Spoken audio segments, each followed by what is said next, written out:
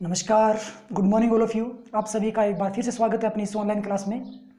कल तक हमने बात की थी ट्रांजिस्टर के अभिविन्यास की, यानी कि ट्रांजिस्टर को किस प्रकार से बाह्य विद्युत परिपथ में संयोजित किया जाता है, उस चीज़ को कल हमने समझा था। आज अपने बात करने वाले हैं ट्रांजिस्टर के ही टॉपिक की, लेकिन हम क्या समझेंगे आज कि ट्रांजिस्टर के अभिलाक्षणिक वक्र क्या होते हैं। आज अपने बात करेंगे ट्रांजिस्टरों के अभिलाक्षणिक वक्रों की। जिस प्रकार से डायोड के अंदर हमने अभिलाक्षणिक वक्र देखे थे, ठीक उसी प्रकार से ट्रांजिस्टर के अंदर भी अभिलाक्षणिक वक्र होते हैं। अब डायोड को बाह्य परिपथ में जोड़ने के दो तरीके थे। कौन कौन से दो तरीके थे? एक तो अग्र बायस था और एक पश्च बायस या उत्क्रम बायस था। और उस के संयोजन के आधार पे डायोड के जो अभिलाक्षणिक वक्र थे वो भी दो प्रकार के थे। एक तो था अग्र अभिलाक्षणिक वक्र और दूसरा था पश्च अभिलाक्षणिक वक्र। और ठीक, और जो अभिलाक्षणिक वक्र थे वो किन दो भौतिक राशियों के बीच हमने बनाए थे?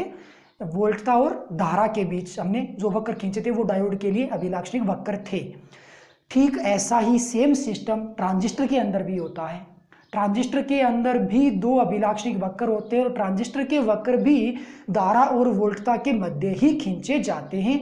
और इनके दो अभिलाक्षणिक वक्र होते हैं और दोनों के नाम परिपथ के आधार पर रखे जाते हैं। जो हमने लास्ट क्लास में अभिविन्यास की बात की थी उसके अंतर्गत हमने ये देखा था कि ट्रांजिस्टर के में दो प्रकार के परिपथ होते हैं। एक को हम जोड़ते हैं अग्र बायस में, दूसरे को जोड़ते हैं पश्च बायस में। एक इंपॉर्टेंट बात मैं आपको बता दूं कि ट्रांजिस्टर के अंदर जो भी परिपथ अग्र बायस में संयोजित होता है वो हमेशा निवेशी परिपथ कहलाता है। कौन सा परिपथ कहलाएगा? निवेशी परिपथ कहलाएगा।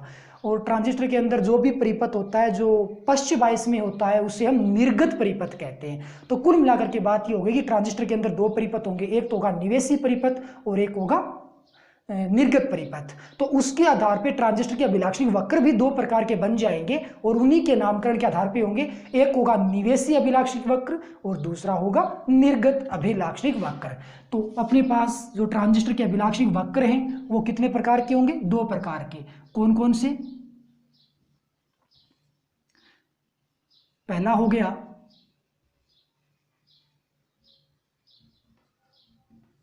निवेशी अभिलाक्षणिक वक्र और दूसरा हो जाएगा निर्गत अभिलाक्षणिक वक्र। अभिलाक्षणिक वक्र कहते किसे हो ये तो पता है ना, जो डायोड की डेफिनेशन थी डायोड के अंदर सेम वही है कि ट्रांजिस्टर के लिए जो निवेशी और निर्गत परिपथ होते हैं उनमें वोल्टता और धाराओं के मध्य जो खींचे गए आरेख होते हैं वो ट्रांजिस्टर के अभिलाक्षणिक वक्र होते हैं। यानी कि चाहे ट्रांजिस्टर हो चाहे डायोड हो, धारा और वोल्टता के मध्य जो खींचे गए आरेख होते हैं वो उस ट्रांजिस्टर या डायोड के लिए अभिलाक्षणिक वक्र कहलाते हैं। तो ट्रांजिस्टर के लिए अभिलाक्षणिक वक्र कितने प्रकार के? दो, निवेशी और निर्गत। अब अपने इनकी परिभाषा को समझेंगे कि निवेशी और निर्गत अभिलाक्षणिक वक्र क्या होता है। इंपॉर्टेंट बात कि अपने पास जो भी ट्रांजिस्टर था कुछ इस प्रकार से, यहां पे हमने एक परिपथ संयोजित किया था, इसको आप पीएनपी मान लो। यहां पे प्लस टर्मिनल ये माइनस हो गया, कुछ ऐसा सिस्टम अपने सामने था। यहाँ पे माइनस प्लस इस प्रकार से एक संयोजन हमने तैयार कर लिया था मोटा मोटी तौर पे, सिंपल सी बात बता रहा हूँ मैं। और इसके अंदर यदि आप इसको ई मानते हो, ये बी हो गया और ये सी हो गया, तो पी से एन की और करंट की डायरेक्शन, ठीक है। ये फॉर्मेलिटीज मेरे एक बार समझने के लिए पूरी की है। तो निवेशी अभिलाक्षणिक वक्र में क्या होता है कि जो निर्गत वोल्टता होती है, कौन, गौर से सुनना बात को, निर्गत वोल्टता, उसको नियत रखा जाता है। अभिलाक्षणिक वक्र खींचा जाएगा वोल्टता और धारा के मध्य। निवेशी अभिलाक्षणिक वक्र की बात करोगे तो वो वक्र होगा निवेशी धारा और निवेशी वोल्टता के मध्य। निर्गत अभिलाक्षणिक वक्र की बात करोगे तो वो अभिलाक्षणिक वक्र होगा निर्गत वोल्टता और निर्गत धारा के मध्य। लेकिन अपने बात कर रहे हैं पहले निवेशी अभिलाक्षणिक वक्र की, तो उसके अंतर्गत निर्गत वोल्टता को नियत रखा जाएगा। तो डेफिनेशन इसकी ये बन जाएगी कि नियत निर्गत वोल्टता पर निवेशी धारा और निवेशी वोल्टता के मध्य खींचा गया वक्र निवेशी अभिलाक्षणिक वक्र कहलाता है। निर्गत अभिलाक्षणिक वक्र की यदि आप बात करोगे तो यहाँ पे आप नियत किसको रखोगे? यहाँ नियत रखा जाएगा किसको? यहां नियत रखा जाएगा निवेशी धारा को। ध्यान रखो, यहाँ पे वोल्ट था, यहाँ पे धारा है। नियत किसको रखोगे? निवेशी धारा को। तो निवेशी धारा को नियत रखेंगे तो निर्गत वोल्टता और निर्गत धारा के बीच में जो भी आरेख खींचा जाएगा वो आरेख निर्गत अभिलाक्षणिक वक्र बनेगा। एक बार आप इसके डेफिनेशन को समझो, केवल ये किस प्रकार से नियत रहेंगी, क्या प्रक्रिया होगी, उसको हम आगे जब पढ़ने वाले हैं नेक्स्ट टॉपिक में, उसमें अपने अच्छे से इसको क्लियर कर पाएंगे। आप एक बार इसके डेफिनेशन को कैच कीजिए कि किस में क्या नियत रखा जाता है और किसके बीच में वक्र बनता है। तो ध्यान रखना, मैं डेफिनेशन के बाद पुनः रिवाइज कर देता हूं कि निवेशी अभिलाक्षणिक वक्र में क्या होगा कि निर्गत वोल्टता को नियत रखते हुए निवेशी धारा और निवेशी वोल्टता के मध्य खींचा गया वक्र निवेशी अभिलाक्षणिक वक्र कहलाता है। निर्गत अभिलाक्षणिक वक्र की डेफिनेशन क्या बन जाएगी? नियत निवेशी धारा पर निर्गत वोल्टता और निर्गत धारा के मध्य खींचा गया वक्र निर्गत अभिलाक्षणिक वक्र कहलाता है। अब यहाँ पे निवेशी धारा और निवेशी वोल्टता कौन सी है, निर्गत धारा और निर्गत वोल्टताएं कौन सी है, वो भी अपने साथ में समझ लेते हैं। यहां अपने वोल्टता की बात कर रहे हैं, निवेशी वोल्टता की बात भी की है, निर्गत वोल्टता की बात भी की है। तो एक बात की गांठ बांध लो कि यहाँ पे ये जो बैटरी लगी हुई है, यहाँ से हम वोल्टता आरोपित करते हैं, इन वोल्टताओं का कहीं कोई जिक्र नहीं होता। तो फिर निवेशी वोल्टता और निर्गत वोल्टता कौन सी होगी? जरा गौर से देखोगे ट्रांजिस्टर को तो आपको ऐसा लगेगा कि इसमें दो पीएन संधि डायोड हैं। एक डायोड ये रहा, दूसरा डायोड ये रहा। ऐसा समझ सकते हो आप कि इसमें पीएन संधि डायोड के दो कॉम्बिनेशन है। ओके, यानी कि एक स्ट्रक्चर इस प्रकार से बना हुआ है, ये पी हो गया और ये एन हो गया, और एक स्ट्रक्चर इस प्रकार से बना हुआ है, ये पी हो गया और ये एन हो गया। तो एक और ये दूसरा, इन दो डायोड के, ये दो डायोड, सॉरी ये जो डायोड है, ये डायोड आपके इस परिपथ में यानी कि अग्र वाले परिपथ में जुड़ा हुआ है। तो इस डायोड के सिरों पे जो वोल्टता होगी वो निवेशी वोल्टता होगी। ये निवेशी परिपथ है, अग्र वाइस में जुड़ा हुआ है, तो इस डायोड के सिरों पे जो वोल्टता होगी वो निवेशी वोल्टता होगी। ध्यान रखो, अपने निवेशी वोल्टता की बात कर रहे हैं, ये वोल्टता नहीं है, ये बैटरी की वोल्टता है, नहीं, डायोड के सिरों पे उत्पन्न वोल्टता है। वो हमें देखना है कि कितनी धारा प्रवाहित करें तो इस डायोड के सिरों पे कितनी वोल्टता उत्पन्न होगी, वो अपने चेक करना है। तो निवेशी वोल्टता कौन सी होगी? जो भी निवेशी परिपथ है जिसमें ये पीएन संधि डायोड जुड़ा हुआ है उसके सिरों पे कितनी वोल्टता आ रही है, वो निवेशी वोल्टता होगी। निर्गत वोल्टता कौन सी होगी? निर्गत परिपथ तो ये हो गया, तो यहाँ पे ये पीएन संधि डायोड बनेगा, तो इस पीएन संधि डायोड के सिरों पे जो भी वोल्टता आएगी वो क्या कहलाएगी? वो निर्गत वोल्टता कहलाएगी। यानी कि जो भी वोल्टता है वो पीएन संधि डायोड के सिरों की वोल्टता है। निवेशी वोल्टता के लिए ये पीएन संधि डायोड काम आता है, इसके सिरों पे वोल्टता को चेक करते, और निर्गत वाले के लिए यहाँ पे वोल्टता को चेक करें। इनकी वोल्टताओं को चेक करने के लिए बाकायदा एक इंस्ट्रूमेंट होता है जो कि अपने वोल्ट मीटर, जिसको हम कह सकते हैं वोल्ट मीटर के द्वारा इसकी वोल्टता को मापा जा सकता है। तो कुल मिलाकर के बात ये हो गई कि दोनों ही परिपथ में अपनी धारा प्रवाहित करते हैं इन बैटरियों के द्वारा। इनमें धारा प्रवाहित करने पर इनके सिरों पर कितनी वोल्टता उत्पन्न होती है, उस वोल्टता और धारा के बीच द्वारा खींचेंगे वो इसका अभिलाक्षणिक वक्र कहलाएगा। तो ये मोटा मोटी तौर पर इसकी डेफिनेशन की बात हो गई अभिलाक्षणिक वक्रों की। अब अपने इंपॉर्टेंट क्वेश्चन स्टार्ट होते हैं, और अपने पास ट्रांजिस्टर के 3 अभिलाक्षणिक वक्र थे, जिसके लिए अपने पास 2 के ऊपर अपने सिलेबस में क्वेश्चन है। उभयनिष्ठ आधार अभिलाक्षणिक वक्र हमें बनाने हैं उभयनिष्ठ आधार अभिविन्यास के लिए, और दूसरा बनाना होगा हमें उभयनिष्ठ उत्सर्जक अभिविन्यास के लिए। उभयनिष्ठ संग्राहक अभिविन्यास के लिए हमें कोई भी अभिलाक्षणिक वक्र नहीं खींचने। तो पहले अपने पास क्वेश्चन होगा, एग्जाम में क्वेश्चन इस प्रकार से आता है कि उभयनिष्ठ आधार अभिविन्यास से आप क्या समझते हैं? इस अभिविन्यास के लिए निवेशी और निर्गत अभिलाक्षणिक वक्र खींचिए तथा आवश्यक विद्युत परिपथ बनाइए। तो ये अपने कंप्लीट क्वेश्चन होगा। तो अब अपने बात करेंगे उभयनिष्ठ आधार अभिविन्यास के लिए अभिलाक्षणिक वक्रों की। तो अब अपने पास पहली हेडिंग होगी उभयनिष्ठ आधार अभिविन्यास, और उसके अंतर्गत हम क्या समझेंगे? इसके अभिलाक्षणिक वक्रों को समझेंगे। तो पहले तो अपने बात करेंगे कि जब भी हम अभिलाक्षणिक वक्र खींचेंगे तो उसके लिए जो प्रायोगिक व्यवस्था है, या यूं कह लो जो विद्युत चित्र जो होगा वो कैसा बनने वाला है। तो अपने पास एक ट्रांजिस्टर होना चाहिए जिसमें हमें आधार को क्या रखना है? उभयनिष्ठ रखना है। तो अपने पास स्ट्रक्चर कुछ ऐसा होगा।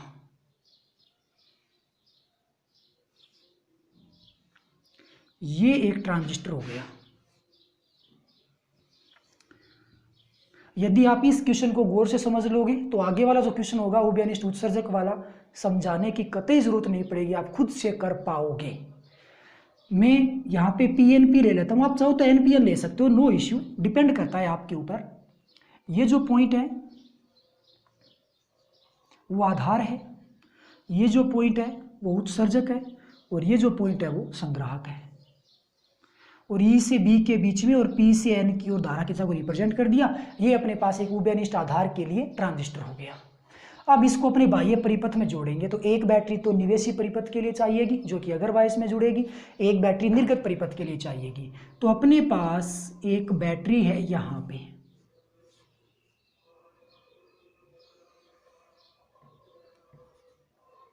कुछ इस प्रकार की कंडीशन में, और उस बैटरी में वोल्टता को कम ज़्यादा करने के लिए हमने एक कंट्रोलर लगा रखा है। ओके, ये एक बैटरी रखी हुई है, ये इसका प्लस टर्मिनल हो गया और ये इसका माइनस है। इसी प्रकार से यहाँ भी अपने पास एक बैटरी है,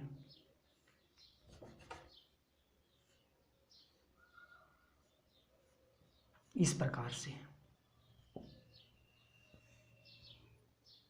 और यहाँ भी हमने वोल्टता को कंट्रोल करने के लिए कंट्रोलर लगा रखा है, जिसको विभव विभाजक आप समझ सकते हो। ये अपने पास सिंपल दो बैटरी रखी हुई है अलग से, एक बैटरी हो गई, ये दूसरी बैटरी हो गई, ये ट्रांजिस्टर हो गया। अब इसको हमें आपस में जोड़ना है उभयनिष्ठ आधार की कंडीशन में, और परिपथ बनाना है अभिलाक्षी वक्र खींचने के लिए। तो सबसे पहले आप क्या करोगे, पहले आप इनको जोड़िए, इसको अगरवाइस में जोड़ना है, ये बन जाएगा निवेशी परिपथ। तो ये जो पी पॉइंट है इसको आप पॉजिटिव वाले से जोड़ दो, मैंने इसको ऊपर वाले टर्मिनल से जोड़ दिया, इनकी पॉजिटिव से जोड़ दिया, और ये जो एन बना है उसको आप इस नेगेटिव से जोड़ देते हो। ओके, तो ये हो गया सिंपल संयोजन, बैटरी के साथ हमने इसको जोड़ दिया। तो ये कौन से बाइस में आया, अगर बाइस में आया। अब इस बैटरी को जोड़ोगे आप कौन से बाइस में, पश्चिमी। पी है, इसको आप ऊपर वाले से जोड़ दो, यानी कि नेगेटिव से जुड़ गया, और ये जो एन वाला भाग है उसको आप इस प्रकार से संयोजित कर दोगे, तो ये आपके सामने एक कंडीशन और निकल के आ जाएगी। तो सिंपल ये जो परिपथ होगा वो तो बन जाएगा आपका अगर बाइस में, और ये जो परिपथ होगा वो बन जाएगा आपका पश्चिम बाइस में। अभी भी ये परिपथ है वो पूर्ण नहीं हुआ है, हमें अभिलाक्षी वक्र खींचने, और उसके लिए आप एक बार से याद कीजिए कि अभिलाक्षी वक्र किसके बीच में बनता है, धारा और वोल्टता के बीच में। इसका मतलब हमें धारा मापक भी लगाना होगा और वोल्टता मापक भी लगाना होगा। अब लगाना कहाँ होगा, अभिलाक्षी वक्र तो दो बनेंगे, एक तो बनेगा निवेशी और एक बनेगा निर्गत, यानी कि निवेशी परिपथ के लिए भी बनेगा और निर्गत परिपथ के लिए भी बनेगा। तो भाई हमें वोल्टता मापक और धारा मापक निवेशी परिपथ में भी लगाने होंगे और निर्गत परिपथ में भी लगाने होंगे। कुल मिलाकर के दो वोल्टता मापक लगेंगे यानी कि वोल्ट मीटर लगेंगे, और दो ही धारा मापक लगेंगे जो कि माइक्रो या मिली एमीटर होने वाले हैं। तो हम क्या करेंगे, सबसे पहले निवेशी वाले की बात कर लेते हैं। ये अपने पास निवेशी परिपथ है क्योंकि अगर बाइस में है, हम इसमें एक धारा मापक लगाते हैं। अगर बाइस में धारा की कोटि क्या होती है, मिली एम्पियर कोटि होती है, अतः यहाँ पे जो भी आप धारा मापक लगाओगे वो मिली एम्पियर होगा। ये पॉजिटिव टर्मिनल है, यहाँ पे अपने पॉजिटिव और ये हो जाएगा नेगेटिव। अब इसमें वोल्टता मापक लगाओ, वोल्टता मापक कैसे लगाओगे, वोल्टता इन दो पीएन संधि डायोड के सिरों पे मापनी है, तो इसके समांतर क्रम में वोल्ट मीटर लगेगा। तो समांतर क्रम में जी ऐसे लगेगा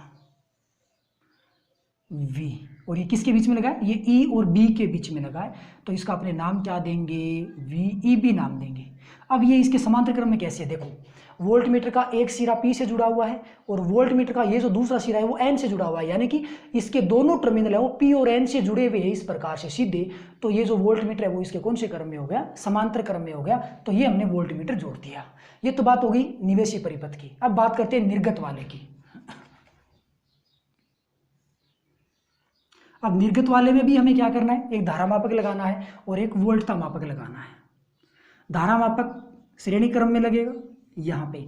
अब ये कौन से बाइस में, निर्गत परिपथ, ये पश्च बाइस में है। पश्च बाइस में धारा की कोटि क्या होती है, माइक्रो एम्पियर की होती है, अतः आप यहाँ पे क्या जोड़ोगे, माइक्रो एमीटर जोड़ोगे। ओके, तो ये यहाँ पे ऊपर वाला टर्मिनल माइनस है तो इस साइड का ये माइनस बन जाएगा और ये क्या बन जाएगा, प्लस टर्मिनल बन जाएगा। ठीक है जी। अब बच गया वोल्ट मीटर लगाना है, वोल्टता मापक। तो इस डायोड के समांतर क्रम में आप वोल्टता मापक लगाओगे तो ठीक इसी की भांति और इस प्रकार से आप एक वोल्ट मीटर ऐड कर दोगे, और ये वोल्ट मीटर हमने इस प्रकार जोड़ दिया जो कि पीएन संधि डायोड इसके समांतर क्रम में है। ये किन दो टर्मिनल के बीच में, ये सी और बी के बीच में है, अतः इसका नाम अपने VCB दे देंगे। VCB का मतलब कि ये CB वाले परिपथ के लिए वोल्टता को बताएगा, ये EB वाले परिपथ के लिए वोल्टता को बताने वाला है। तो ये अपने पास एक सिंपल सी व्यवस्था हो गई। अब इन बैटरियों के नामकरण करते हैं। ये बैटरी, हालांकि यहाँ पे नाम हमने अब तक VCB दिया था, लेकिन वो नाम तो यहाँ आ गया, तो अब इसका हम नाम चेंज कर देते हैं। ये C से कनेक्टेड है, इसका नाम अपने VC कर देते हैं, और ये E से कनेक्टेड है, अतः इस बैटरी का नाम VEE कर देते हैं। ये हो गया अपने पास एक कंप्लीट परिपथ। जरा गौर से समझ लेना। अभिलाक्षणिक वक्र बनाने के लिए ऐसा परिपथ आएगा, हो सकता है 1 नंबर का परिपथ ही पूछ लिया जाए, या हो सकता है कि अपने जो भी क्वेश्चन अभी पढ़ रहे हैं वो 3 या 4 नंबर का आ जाए, और मोस्टली संभावना ये होती है कि पूरा बड़ा क्वेश्चन 3 नंबर का आता है। परिपथ समझ में आया कैसे बना? वोल्ट मीटर धारा मापक लगे हुए हैं, और वोल्ट मीटर और इसमें भी धारा मापक लगे हुए हैं। सिंपल सा यह संयोजन तैयार हो चुका है। अब धारा की दिशाएं बता सकते हो जरा? धारा की दिशाएं इसके आधार पर सेट होंगी। ये किसकी डायरेक्शन होगी? ये IE की डायरेक्शन होगी। IE प्रवेश कर रहा है तो भाई IB क्या हो जाएगा? निर्गत हो जाएगा। और ICB क्या हो जाएगा? इसको मैं यहाँ लिख देता हूँ ICB क्या हो जाएगा? निर्गत हो जाएगा। तो 3 धाराएं हो गई। ओके, निवेशी परिपथ में निवेशी धारा कौन सी है? ये देखो, प्रत्येक 3 धाराएं अपने पास, प्रत्येक धारा के 2-2 नाम हैं। कितने नाम है? प्रत्येक धारा के 2-2। सबसे पहले तो मैं इनका एक-एक नाम देखता हूँ। ये उत्सर्जक धारा हो गई, ये आधार धारा हो गई, और ये संग्राहक धारा हो गई। एक नाम तो सबको पता है। यहाँ पे हमने इसको मध्यवर्ती भाग को भूसंपर्कित कर रखा है। ये जो आधार धारा है वो दोनों में कॉमन है, उभयनिष्ठ है, तो इसका एक नाम उभयनिष्ठ धारा हो जाएगा, यानी कि ये दोनों ही परिपथ के अंदर है। तो IB के 2 नाम हो गए, एक तो आधार धारा और दूसरी हो गई उभयनिष्ठ धारा। अब इसके 2 नाम कौन से होंगे? ये जो धारा है वो निवेशी परिपथ में है, और ये IC जो धारा है वो निर्गत परिपथ में है। IE है निवेशी में और IC है निर्गत में। तो IE के 2 नाम कौन कौन से हो गए?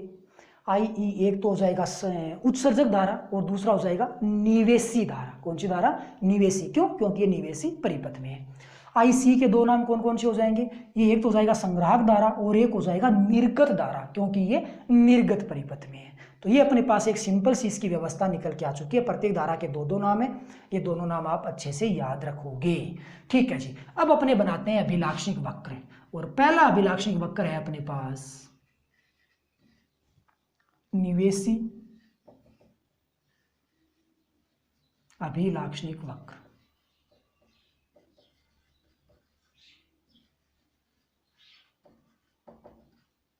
ठीक है जी। डेफिनेशन याद है? किसको नियत रखोगे? निर्गत वोल्टता को। निर्गत वोल्टता का नाम क्या है? निर्गत परिपथ में जो वोल्टता है वो निर्गत वोल्टता है, VCB। ध्यान रखना, ये कहीं काम नहीं आएगी, मैं फिर से बता देता हूँ। वोल्टता डायोड के सिरों की, VCB निर्गत वोल्टता है।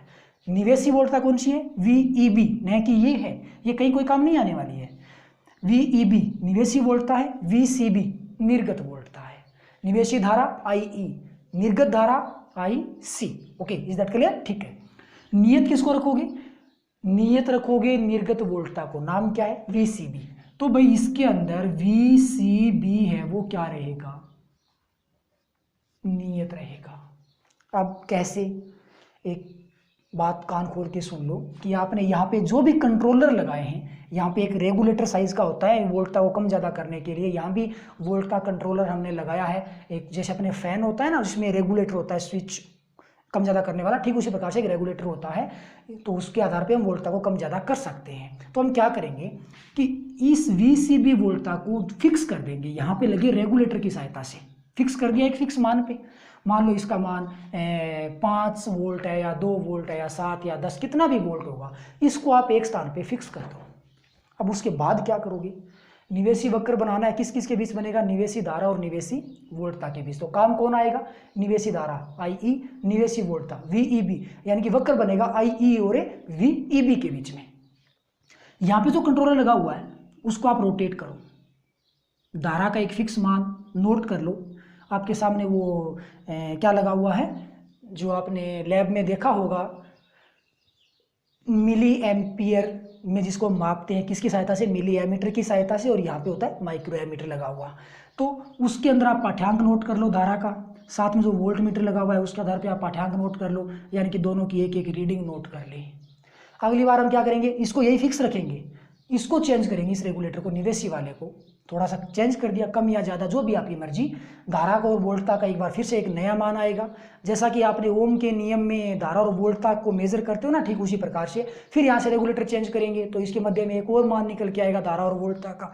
कहने का मतलब कि इसको तो हमें फिक्स रखना है एक स्थान पे, और फिर यहाँ से चेंज करते हुए धारा और वोल्टता के अलग अलग मान है वो हमें ज्ञात करने हैं। तो इम्पोर्टेंट बात ये है कि ग्राफ बनेगा कैसे। ये जो वर्किंग बता रहा हूँ वो तो जब अपने लैब में चलेंगे, मैं मेरे स्कूल के विद्यार्थियों को बता दूं कि अपने लैब में चलेंगे तो ये अपने पास एक्सपेरिमेंट है, उसमें अपने इसको देखेंगे कि काम कैसे करता है। लेकिन इम्पोर्टेंट बात ये है कि यहाँ पे ग्राफ कैसा बनेगा। ये जो परिपथ है वो है अग्र बायस में, और ये जो परिपथ है वो है पश्च बायस में। तो इसके लिए जो वक्र बनेगा ना वो डायोड के अग्र बायस वाले की तरह बनेगा। अब डायोड में अग्र बायस का कैसा था, ऐसा यदि आपको याद हो तो इसमें जो अभिलाक्षणिक वक्र बनेगा वो कैसा बनेगा, पश्च बायस वाले की तरह। याद है कैसा बना था, ऐसे नीचे लुढ़कता हुआ।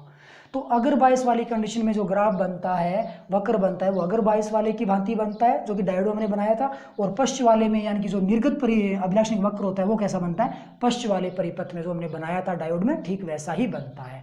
तो शॉर्ट एंड स्वीट में सीधी सी बात ये बता दूं कि निवेशी अभिलाक्षणिक वक्र जो खींचे जाते हैं वो डायोड में प्राप्त होने वाले अग्र बायस के अभिलाक्षणिक वक्रों की भांति होते हैं, क्योंकि निवेशी परिपथ अग्र बायस में संयोजित होता है। तो यदि मैं बात करूं ग्राफ की तो इसका जो ग्राफ है वो कुछ ऐसा बनेगा। यहाँ पे आप लोगे वोल्टता, यहाँ पे आप लोगे धारा आई, लेकिन इसका मात्रक क्या होगा, मिली एम्पियर। ग्राफ कुछ ऐसा बनेगा। अब हमने क्या किया था, एक बार हमने धारा और वोल्टता के बहुत सारे मान ले लिए, इसको हमने फिक्स किया था, मान लो 5 वोल्ट 7 वोल्ट कितने पे भी, इसको चेंज कर दो और फिर पुनः एक नए स्थान पे फिक्स कर दो, नए वोल्टता पे फिक्स कर दो, नए मान पे फिक्स कर दो, नियत कर दो दोबारा से। मान लो पहले हमने इसकी सहायता से इसको फिक्स किया था 5 वोल्ट पे, कि मतलब है पीएन डायोड के सिरों पे 5 वोल्टता में रिप्रेजेंट हो रही थी, उस समय हमने इसको छोड़ दिया था। अब हम क्या करेंगे, चेंज करते हैं, इसके सिरों पे वोल्टता को नियत कर देते हैं, मान लो 10 या 15, फिर से नियत कर दिया हमने। फिर सेम परिपाटी, इनके बीच में वोल्टताएं अपने, धाराएं अपने नोट करेंगे, तो इनके बीच में वापस ग्राफ बनाएंगे तो ऐसा ग्राफ बन जाएगा।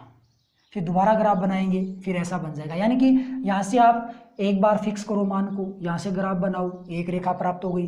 दूसरी बार इसको नए मान पे फिक्स करो, फिर नया ग्राफ बनाओ, दूसरी रेखा प्राप्त होगी। फिर इसको नए मान पे सेट कर दो, नियत कर दो, फिर इनके मध्य ग्राफ बनाओ, तीसरी रेखा प्राप्त हो जाएगी। यानी कि आप इस प्रकार से इसका जो ग्राफ देखोगे वो अग्र बायस वाले की भांति तैयार होगा। अब इंपॉर्टेंट बात यह है कि यहाँ पे नियत हमने किसको रखा है, नियत हमने रखा है निर्गत वोल्टता यानी कि VCB को हमने नियत रखा है। तो यहाँ से जो VCB है, ये जो रेखा आती है लास्ट वाली, वो 5 वोल्ट पे है ना, तो ये आएगी जी आपकी 10 वोल्ट पे, ये आएगी जी आपकी 15 वोल्ट पे। वोल्टता बढ़ाओगे तो ये ग्राफ इस प्रकार से आगे चलता जाएगा, इस मुख्य रेखा की ओर आता जाएगा। तो ये 5 वोल्ट पे, ये 10 वोल्ट पे, ये 15 वोल्ट पे, ये 20 वोल्ट पे, ये मान आपको रिप्रेजेंट करना होगा। और साथ में ये लिखना होगा कि हमने निर्गत वोल्टता को क्या किया है, नियत किया है। तो निवेशी अभिलाक्षणिक वक्र है वो निवेशी धारा और निवेशी वोल्टता के मध्य हमने खींचा है, कुछ इस प्रकार का वक्र निकल के आया है। तो ये हो गया अपने पास निवेशी अभिलाक्षणिक वक्र। अब अपने यदि बात करें निर्गत अभिलाक्षणिक वक्र की, तो वो कैसा बनेगा। दूसरा अपने पास पॉइंट होगा निर्गत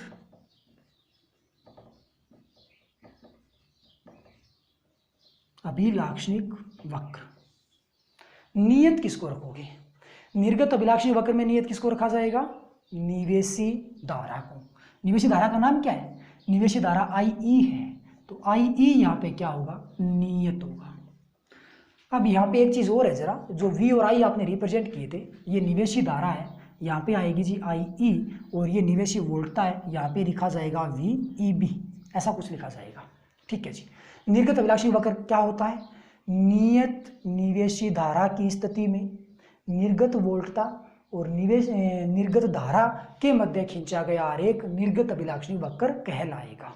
नियत किसको रखा, निवेशी धारा को आपने नियत रखा है। तो ये वक्र कैसा बनेगा, निर्गत अभिलाक्षणिक वक्र ठीक वैसा ही प्राप्त होता है जैसा अपने डायोड के उत्क्रम बायस यानी कि पश्च बायस की स्थिति में प्राप्त हुआ था, क्योंकि जो निर्गत अभिलाक्षणिक वक्र है, जो निर्गत परिपथ है, वो कौन से बायस में है, पश्च बायस में संयोजित है। ओके, तो फिर इसका ग्राफ कैसे बनाओगे? बस आपको एक चेंज करना है इसमें कि उसके अंदर तो जो ग्राफ था ना वो इस प्रकार से हमें उल्टा प्राप्त हो रहा था, इसको आप सीधा उलट दोगे, सीधा आपको बनाना है, यानी कि जो वक्र बनेगा वो कुछ इस प्रकार का बनेगा। यहाँ पे आ जाएगी वोल्टता, लेकिन निर्गत वोल्टता कौन सी है? VCB, और निर्गत धारा कौन सी है? IC, और मात्रक क्या होगा इसका? Milliampere. धारा किसमें मापी गई है? मिली एम्पियर में मापी गई है। तो क्या किया, एक रेखा आ गई, इसको हमने क्या किया? धारा को फिक्स किया IE का मान फिक्स किया, एक निश्चित मान के ऊपर हमने फिक्स किया। मान लो कि इसको हमने 5 मिली एम्पियर पे फिक्स किया। मैंने क्या लिखा है? 5 मिली एम्पियर। मात्रक गड़बड़ करेंगे आपके, यहाँ पे क्या है? माइक्रो एम्पियर है, यहाँ पे क्या है? 5 मिली एम्पियर है, यहाँ पे माइक्रो, यहाँ पे मिली। ऐसा क्यों? क्योंकि ये निर्गत धारा है। ये क्यों? ये वो मान है जो हमने नियत रखा है, और नियत किसको रखा है? निवेशी धारा को रखा है, और निवेशी धारा किस में मापी जा रही है? मिली एम्पियर में मापी जा रही है। तो यहाँ पे मात्रक क्या आएगा? 5 milliampere, sorry milliampere, और यहाँ मात्रक क्या आएगा? Microampere. अब यदि आप IE का कोई नया मान सेट कर लो, मान लो 4 एम्पियर मिली एम्पियर कर दो, तो भाई ग्राफ है वो इस प्रकार नीचे हमें प्राप्त होगा। यदि इसका मान कोई नया सेट करते हो, 3 करते हो, तो भैया कि 3 पे हमें और भी नीचे मिलेगा। फिर 2 वाले का वक्र बनाते हो, कुछ ऐसा बन जाएगा। फिर 1 वाले का वक्र बनाते हो, कुछ ऐसा बन जाएगा। यानी कि जो निर्गत अभिलाक्षी वक्र होगा वो कुछ ऐसा आ जाएगा, और निवेशी अभिलाक्षी वक्र होगा कुछ ऐसा तैयार होने वाला है। तो ये दोनों वक्र हैं वो आप अच्छे से याद रखोगे, और ये दोनों ही वक्र अगर बायस और पश्च बायस में जो हमें डायोड में प्राप्त हुए थे उसकी भांति हमें प्राप्त हुए हैं। और हमने किसको नियत रखना है और किस प्रकार से उसमें चेंज हो रहा है। जैसे ये 5 है, 10, 15, 20, कहीं ये उल्टा ना हो जाए कि 5 आप यहाँ लिख दो, फिर 10, फिर 15, फिर 20, 25, ऐसा नहीं होना है, ऐसा नहीं होना चाहिए। इसी प्रकार से आप इसको भी ध्यान में रखोगे। तो ये था अपने पास निवेशी और निर्गत अभिलाक्षणिक वक्रों की बात। अब इसमें और भी इंपॉर्टेंट बातें बहुत सारी पड़ी है अभी। तो जैसा कि हम ये जानते हैं कि पीएन संधि डायोड के अंदर प्रतिरोध अवश्य होता है, तो भाई जाहिर सी बात है इसमें भी पीएन संधि डायोड लगे हुए हैं, तो ट्रांजिस्टर का भी अपना एक प्रतिरोध होगा। अब ट्रांजिस्टर का जो प्रतिरोध होता है वो लगातार चेंज रहता है, वेरी करता है, अतः उसके प्रतिरोध को हम गतिक प्रतिरोध कहते हैं। जैसा कि हमने डायोड के प्रतिरोध को भी हमने गतिक प्रतिरोध बोला था, ठीक उसी प्रकार से इसके प्रतिरोध को भी अपने क्या बोलेंगे? गतिक प्रतिरोध कहने वाले हैं। अब इसके डायोड के अंदर गतिक प्रतिरोध भी 2 प्रकार के थे, एक तो था अग्र गतिक प्रतिरोध और एक था पश्च गतिक प्रतिरोध, जो कि डायोड के संयोजन के नाम के आधार पे था। ठीक उसी प्रकार से यहाँ भी जो प्रतिरोध होंगे वो भी 2 प्रकार के होंगे, एक तो होगा निवेशी गतिक प्रतिरोध और दूसरा होगा निर्गत गतिक प्रतिरोध। और प्रतिरोध को आप अच्छे से जानते हो, प्रतिरोध होता क्या है? वोल्टता में परिवर्तन और धारा में परिवर्तन का अनुपात क्या कहलाता है? प्रतिरोध कहलाता है। तो एग्जैक्ट डेफिनेशन क्या बनेगी, आइए उसकी अपने बात करते हैं। सो अपने पास नेक्स्ट टॉपिक होगा निवेशी गतिक प्रतिरोध। सबसे पहले अपने इसके प्रतीक चिन्ह को समझेंगे कि इसका प्रतीक चिन्ह क्या होगा, जरा गौर से सुनना। प्रतिरोध के लिए आप कैपिटल R यूज करोगे, ठीक है, ओके। निवेशी बोले तो इनपुट, निर्गत बोले तो आउटपुट। निवेशी के लिए आएगा इनपुट यानी कि RI हो गया। कॉमन कौन है? बेस है, यानी कि उभयनिष्ठ कौन है? आधार है। तो कॉमन बेस है, तो बेस को यहां लिखा जाएगा B। क्या बन गया? RIB। I आया है इनपुट निवेशी के लिए, B आया है उभयनिष्ठ कौन, किसको रखा? आधार को। तो ये क्या बताएगा कि जब उभयनिष्ठ आधार होगा, बेस होगा, उस केस में ये इनपुट वाले के लिए यानी कि निवेशी वाले के लिए प्रतिरोध होगा, जिसे हम निवेशी गतिक प्रतिरोध कहेंगे। तो इसका प्रतिचिन्ह क्या हो जाएगा? RIB हो जाएगा, ठीक है। निवेशी गतिक प्रतिरोध कहते हैं किसी निवेशी की अपने बात कर रहे हैं। तो जब हमने अभिलाक्षणिक वक्र खींचे थे, निवेशी अभिलाक्षणिक वक्र, उसमें नियत किसको रखा था? उसमें हमने नियत रखा था निर्गत वोल्टता को। और यहाँ पे निर्गत वोल्टता का नाम क्या है? VCB है। तो जी यहाँ पे आप नियत किसको रखते हो? VCB को नियत रखना है। नियत रख दिया। तो प्रतिरोध क्या होता है? वोल्टता में परिवर्तन और धारा में परिवर्तन का अनुपात। लेकिन बात कर रहे हैं निवेशी की, तो डेफिनेशन क्या बन जाएगी कि निवेशी वोल्टता में परिवर्तन और निवेशी धारा में परिवर्तन का अनुपात निवेशी गतिक प्रतिरोध होगा। लेकिन निर्गत वोल्टता को आप नियत रखोगे। किसको नियत रखोगे? निर्गत वोल्टता को। तो सुनिए एग्जैक्ट डेफिनेशन क्या होगी। नियत निर्गत वोल्टता VCB पर निवेशी वोल्टता में परिवर्तन तथा निवेशी धारा में परिवर्तन का अनुपात निवेशी गतिक प्रतिरोध कहलाता है। तो निवेशी गतिक प्रतिरोध RIB इज इक्वल निवेशी वोल्टता में परिवर्तन। वो निवेशी वोल्टता कौन सी है? VEB है। कौन है? VEB। परिवर्तन को कैसे रिप्रेजेंट करोगे? डेल के द्वारा। निवेशी धारा में परिवर्तन, निवेशी धारा कौन सी है? IE है। तो इसको आप कैसे रिप्रेजेंट करोगे? Del IE। ये किसका सूत्र बन जाएगा? ये सूत्र बनेगा निवेशी गतिक प्रतिरोध का। ओके, और साथ में यहाँ पे लिखना होगा हमें जो भी नियत मान है वो VCB, ओब्लिक लगा दिया मैंने। VCB क्या है? नियत है। तो ये बन गया इसका एक फॉर्मूला। ठीक है, अब सेकंड अपने पास जो भी आता है गतिक प्रतिरोध वो आएगा निर्गत गतिक प्रतिरोध। प्रतीक चिन्ह क्या होगा? प्रतिरोध है तो जी कैपिटल R, निर्गत है आउटपुट है O आएगा, कॉमन कौन है? बेस है तो जी B आएगा। तो निर्गत प्रतिरोध को आप कैसे रिप्रेजेंट करोगे? ROB, और निवेशी गतिक प्रतिरोध को RAIB। डेफिनेशन शायद समझ चुके होंगे। निर्गत अभिलाषी वक्र में हमने नियत किसको रखा था? निवेशी धारा को। निवेशी धारा कौन सी है? IE है। तो IE को आप क्या करोगे? नियत रखोगे। तो IE है वो तो क्या रहने वाला है? नियत रहने वाला है। तो फिर प्रतिरोध किस किस में परिवर्तन का अनुपात होगा? निर्गत वोल्टता और निर्गत धारा में परिवर्तन का अनुपात है वो निर्गत गतिक प्रतिरोध बनेगा। तो जिसका फॉर्मूला क्या बनेगा कि ROB इज इक्वल क्या बनेगा? निर्गत वोल्टता में परिवर्तन। निर्गत वोल्टता कौन सी है? VCB है। तो इसमें परिवर्तन को कैसे रिप्रेजेंट करोगे? VCB बटे निर्गत धारा में परिवर्तन। निर्गत धारा कौन सी है? IC है। इसमें परिवर्तन को कैसे रिप्रेजेंट करोगे? Del IC। और नियत किसको रखा? IE बराबर क्या है? नियत है। तो ये बन जाएगा किसका फॉर्मूला? निर्गत गतिक प्रतिरोध का। तो डेफिनेशन क्या बन गई? नियत निवेशी धारा की स्थिति में निर्गत वोल्टता में परिवर्तन और निर्गत धारा में परिवर्तन का अनुपात निर्गत गतिक प्रतिरोध कहलाता है। वेरी सिंपल डेफिनेशन है, वेरी सिंपल इसका फॉर्मूला है। बस आपको यहाँ पे ये ध्यान रखना है कि निवेशी धारा का नाम क्या है, निर्गत धारा का नाम क्या है, निवेशी वोल्टता कौन सी है, निर्गत वोल्टता कौन सी है, उसके नामकरण वो आपको अच्छे से याद होने चाहिए। तो ये था अपने पास प्रतिरोध के लिए। अब अपने इसी क्वेश्चन में एक जुड़ा हुआ इंपॉर्टेंट क्वेश्चन आता है धारा लाभ। ओके, अब अपने इसी क्वेश्चन से जुड़ा हुआ एक इंपॉर्टेंट क्वेश्चन होगा जो कि होगा धारा लाभ, या इसका एक अन्य नाम और होता है धारा प्रवर्धन गुणांक, और प्रतीक चिन्ह होता है जी अल्फा। ओके, लाभ क्या होता है? हमने थोड़ा बहुत निवेश किया, मतलब कुछ ना कुछ निवेशी परिपथ को दिया। निवेश करने पर हमें थोड़ा सा प्रॉफिट हुआ, लाभ हुआ, यानी कि हमने जो भी निवेश किया उसके आधार पे हमें कितना प्रॉफिट हुआ वो उसके लिए लाभ बन जाता है। यहाँ अपने परिपथों के शब्दों में बात करें तो हम जो भी निवेशी परिपथ को देते हैं उसके सापेक्ष हमें निर्गत परिपथ में कितना मान प्राप्त होता है वो प्राप्त होने वाला मान ही लाभ के रूप में हमें प्राप्त होता है। यानी कि निवेशी परिपथ में प्रदान किए गए संकेत के सापेक्ष निर्गत परिपथ से प्राप्त होने वाले संकेत को ही उस संकेत का लाभ कहते हैं। जैसे अपने धारा लाभ की बात करें तो फिर क्या बन जाएगा? आप निवेशी परिपथ में धारा प्रदान कीजिए, उसके सापेक्ष निर्गत परिपथ में कितनी धारा मिलेगी वो धारा लाभ बन जाएगा या धारा प्रवर्धन गुणांक बन जाएगा। यदि अपने वोल्टता प्रवर्धन लाभ कोई पूछ लेता तो अपने निवेशी परिपथ में वोल्टता आरोपित करेंगे, उसके अकॉर्डिंग निर्गत में कितनी वोल्टता में मिली वो निर्गत वोल्टता लाभ बन जाता है या वोल्टता प्रवर्धन गुणांक बन जाता है।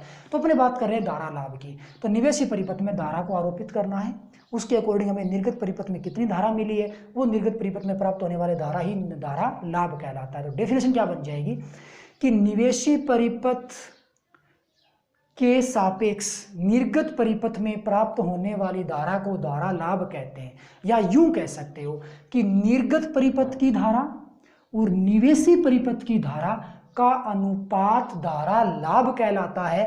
लेकिन जो निर्गत वोल्टता होगी उसको आप नियत रखोगे। क्या करोगे, निर्गत वोल्टता को नियत रखोगे। फिक्स डेफिनेशन एक ही है, एक ही बार में इसको नियत रखना है कि नियत निर्गत वोल्टता पर निर्गत धारा IC और निवेशी धारा IE के अनुपात को धारा लाभ या धारा प्रवर्धन गुणांक कहते हैं। धारा लाभ और धारा प्रवर्धन गुणांक भी दो प्रकार का बन जाता है। एक तो बन जाता है स्थैतिक धारा लाभ अल्फा DC। स्थिति धारा लाभ क्या हो गया, नियत निर्गत वोल्टता की स्थिति में निर्गत धारा और निवेशी धारा के अनुपात को स्थैतिक धारा लाभ कहेंगे। यानी कि अल्फा DC बराबर क्या बनेगा, निर्गत धारा IC और निवेशी धारा IE, इनके अनुपात को स्थिति धारा लाभ कहोगे।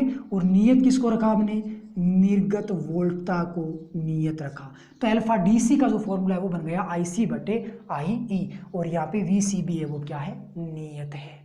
इसी प्रकार से एक दूसरा जो धारा लाभ होता है वो होता है गतिक धारा लाभ।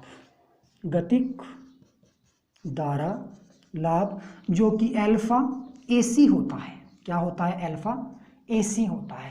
अब गतिक है, गति कर रहा है मतलब चेंज हो रहा है, तो इस राशि को आप चेंज के रूप में, परिवर्तन के रूप में लिख दोगे तो भाई क्या बन जाएगा, अल्फा ACI यानी कि गति धारा लाभ किसे कहोगे, निर्गत धारा में परिवर्तन और निवेशी धारा में परिवर्तन का अनुपात गतिक धारा लाभ बन जाएगा। यदि गति कर रहा है, परिवर्तित हो रहा है तो आप परिवर्तन के रूप में लिख दो, और स्थिर है, फिक्स है तो आप फिक्स के रूप में लिख दो। तो अल्फा AC यहाँ पे क्या बनता है, इसको आप परिवर्तन के रूप में लिख दीजिए, IC/IE बन जाएगा। और नियत किसको रखा है, VCB को आपने रखा है नियत। तो इसकी डेफिनेशन यहाँ पे क्या बन जाएगी कि नियत निर्गत वोल्टता पर निर्गत धारा में परिवर्तन और निवेशी धारा में परिवर्तन का अनुपात गतिक धारा लाभ अल्फा AC कहलाता है। और इन दोनों राशियों का जो अनुपात सीधा निकल के आता है वो स्थितिक धारा लाभ कहलाता है। अब इंपॉर्टेंट बात सुनिए, आपको ये तो फॉर्मूला तो याद होगा ही ट्रांजिस्टर के लिए, IB+IC। निवेशी धारा कौन सी है, IE है। निर्गत धारा कौन सी है, IC है। दोनों का यदि तुलनात्मक अध्ययन देखें तो आप स्पष्ट देख सकते हो कि हमेशा IE का जो मान होता है वो IC से अधिक होता है। निवेशी धारा का मान निर्गत धारा से ज़्यादा है। ये जो बटा वाली राशि है वो अधिक है और ऊपर वाली जो राशि है वो कम है। तो इनका जो अनुपात आएगा वो हमेशा 1 से कम आएगा। अल्फा, इंपॉर्टेंट बात है, धारा लाभ जो अल्फा होता है उसका मान हमेशा 1 से कम होता है, और उसका जो मान होता है वो 0.9 से और 0.99 के बीच में होता है। इतना भी कम नहीं होता कि 0.90 से ही कम हो जाए, नहीं। अल्फा का जो मान होता है वो हमेशा 0.9 से 0.99 तक होता है, 0.99 तक होता है। अब कई बार क्वेश्चन बोल दिया जाता है, एक बार क्वेश्चन एग्जाम में आया हुआ भी है कि 4-5 राशियां दे रखी थी, जैसे एक राशि तो हो गई 0.9, एक हो गया 0.85, एक हो गया 0.7 और एक हो गया 1.05, और ये बोला गया था कि इसमें से अल्फा का मान बताइए। ये क्वेश्चन आया था सन 2019 के अंदर। तो 0.9 अल्फा का मान होगा, 0.85 नहीं हो सकता, 0.7 नहीं हो सकता, 1.05 नहीं हो सकता। तो अल्फा का मान बताइए, तो वहाँ पे क्वेश्चन क्या आंसर क्या बनेगा अपना 0.9। तो ध्यान रखना अल्फा का मान 1 से कम होता है और उसका मान हमेशा 0.9 से 0.99 के बीच में होता है। तो आज अपने ये बात की है उभयनिष्ठ आधार के लिए। ऐसा ही सिस्टम अपने पास कल पढ़ने वाले हैं उभयनिष्ठ संग्राहक के लिए। जो जो मेथड आज अपने किया है, जो जो हमने राशियाँ आज ज्ञात की है, सेम डिटो वही, नो चेंज, वो सारी राशियाँ हम आगे पढ़ने वाले हैं। तो आज हमने बात की परिपथ की, उसके बाद हमने अभिलाक्षणिक वक्र देखे, निवेशी और निर्गत अभिलाक्षणिक वक्र हमने समझे। उसके बाद हमने गतिक प्रतिरोध की बात की थी, जो कि निवेशी गतिक प्रतिरोध था और निर्गत गतिक प्रतिरोध था। और उसके बाद हमने धारा लाभ या धारा प्रवर्धन गुणांक को समझा, जिसमें स्थितिक धारा लाभ और गतिक धारा लाभ का मान निकल के आया, और अल्फा के लिए एक अपने इंपॉर्टेंट रिजल्ट भी चेक किया था। तो आज के लिए बस इतना ही, कल लौटेंगे अपने एक नए टॉपिक के साथ। तब तक के लिए बाय, थैंक यू।